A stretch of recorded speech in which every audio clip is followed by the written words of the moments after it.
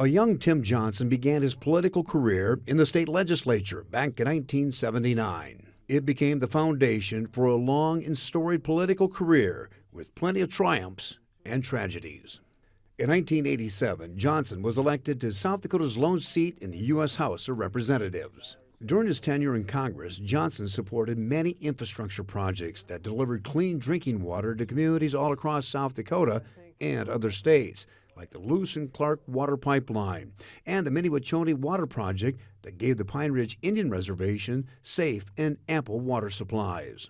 In 1996, Johnson decided to make a move and run for the U.S. Senate. He narrowly defeated three-term Republican Senator Larry Pressler. In 2002, Johnson ran for re-election and was challenged by his successor in the House, Congressman John Thune.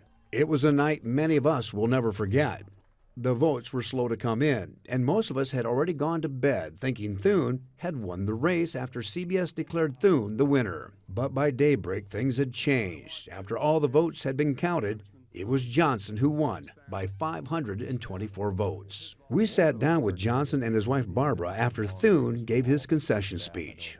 At any point, did you ever think, I'm going to lose?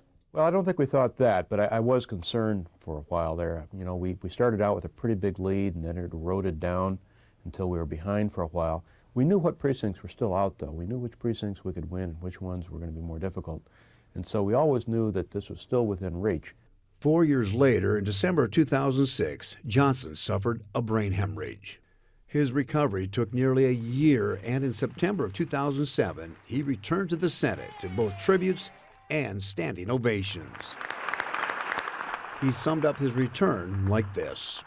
This feels good, and I'm ready to go. In an exclusive interview, I sat down with the senator and his wife shortly after he decided to run for re-election in 2008. Knowing the balance in Washington favoring Democrats right now, I have to ask this question with a slight edge leaning towards the Democrats. Has there ever been any pressure put on you by Democratic leadership in Washington not to resign? No. My take on it is that neither party has a monopoly on good ideas or bad ideas.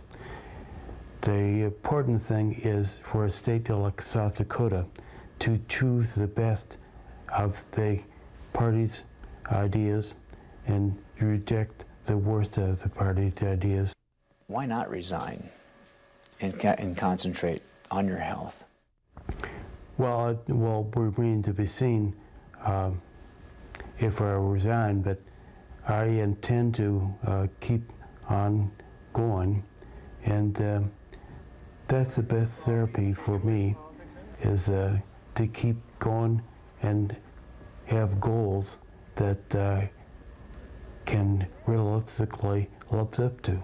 Despite his physical condition, Johnson defeated Republican challenger Joel Dykstra with 62% of the vote. Johnson chose not to seek re-election in 2014.